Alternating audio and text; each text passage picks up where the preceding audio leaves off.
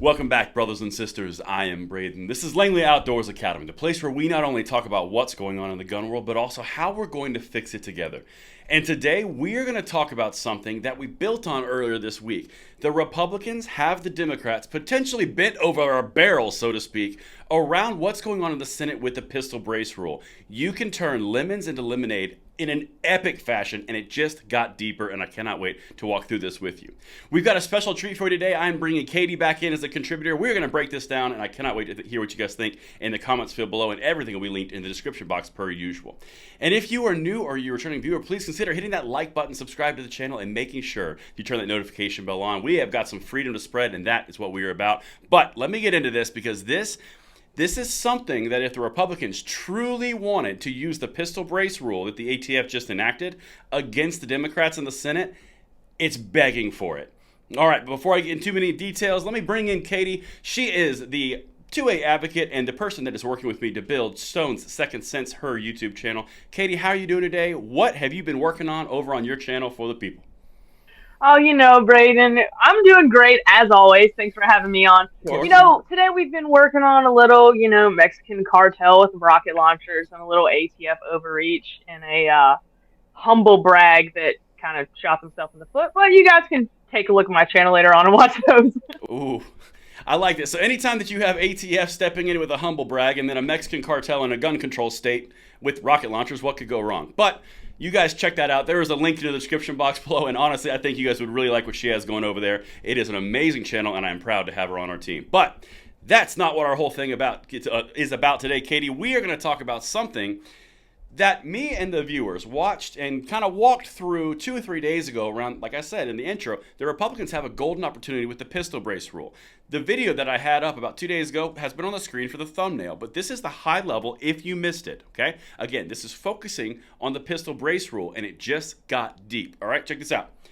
The resolution to block the rule is exempt from the filibuster rule, and as a result would allow Senate Republicans to force a vote and place several vulnerable Democrat lawmakers representing pro-gun states like Senator Jon Tester in Montana, Senator Joe Manchin in West Virginia, and Senator Kyrsten Sinema in Arizona. This is important because it puts them in a precarious political situation. Now, what they're talking about here is McCarthy has the ability to do something called a Congressional Review Act, which is essentially calling a rule from an executive agency on the carpet. It can be passed from the House because it's already come out of the committees there, and can be sent to the Senate. Like I just showed you, you have 3 very vulnerable senators, and you can turn the ATS overreach with pistol braces into political victories in swing states in pro-gun populations. It just got more serious because they just betrayed Biden on his debt relief plan. I'm telling you, we're on to something. Let me show you one more thing, and then I'll show you what they did today. This is the backstory. Earlier this year, Representative Andrew Clyde, Republican from Georgia, along with 188 Republican co-sponsors, introduced a resolution disapproving of the rule under the U.S. Code that dictates congressional oversight of agency rulemaking. The resolution was passed by the House Judiciary Committee, but is yet to be taken up by House Speaker Kevin McCarthy for a full floor vote.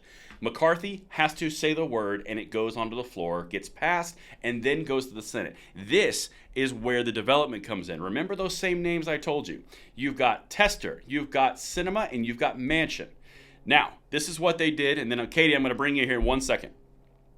Senate votes to overturn Biden's student loan relief program. Now, this is one of the main things of Biden's presidency. His administration was overturning student debt. And guess who went against it? Because this is the massive part. In a 52-46 vote to pass legislation, a few moderate senators, Democrats Joe Manchin of West Virginia and Jon Tester of Montana, and independent Senator Kyrsten Sinema of Arizona, voted with Republicans in order to repeal or block this. Now, Katie, this is the important piece. We already know the Republicans in the House are primed to do this to the Democrats. The Democrats have shown they're vulnerable. Why would we not do this? Why would McCarthy not lead this in and take full advantage going into the elections in 2024? You got me beat. I think it's the right choice. I mean, you got to hit them while they're vulnerable, because if you don't, then you're losing at their own game. I mean, they're giving you the opportunity to beat them at their own game, and if you don't take the opportunity, well, that's just a huge loss. Right. No, I mean that's extremely well said. Is if you've got the opportunity, the House committee has already passed this resolution.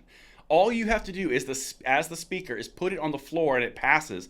Why would you not do that if there is a guaranteed political vulnerability at the Senate Democrat level? Why would you not do that? So if you're watching this, ask yourself that question. 2 or 3 days ago, we put this out as a potential amazing opportunity for the Democrats to get some losses from the pistol brace rule. It just got confirmed because they voted against Democrats and with Republicans for the student debt relief.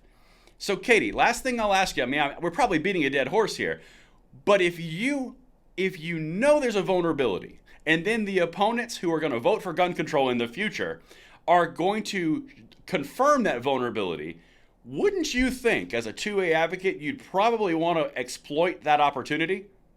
Oh, I mean, I 100% would. I mean, but you have to start weighing in why would he not? Like, and it goes a lot deeper than just Second Amendment things. There's a lot more going on behind the scenes that we don't see because they only tell us what we want to hear. Well, no, that's true.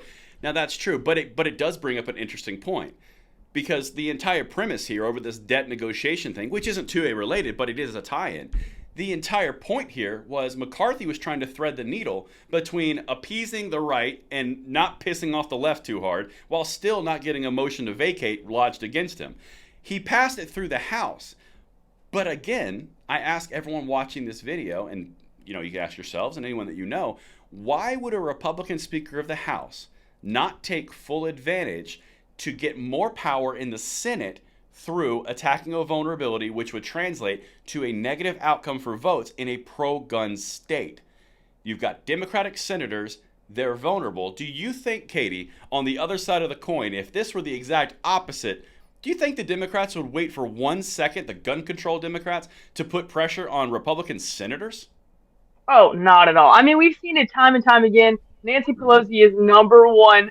Everyone knows she's cutthroat, she's evil, and as much as I'm not a huge fan, the woman gets stuff done. So we need to take a little bit out of their own playbook and just take the opportunity and get it while low-hanging fruit, get it while we have a chance. Exactly.